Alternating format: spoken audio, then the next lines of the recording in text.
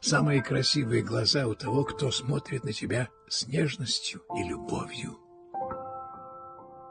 И совсем не важно, карие они, голубые или зеленые, зато они самые родные.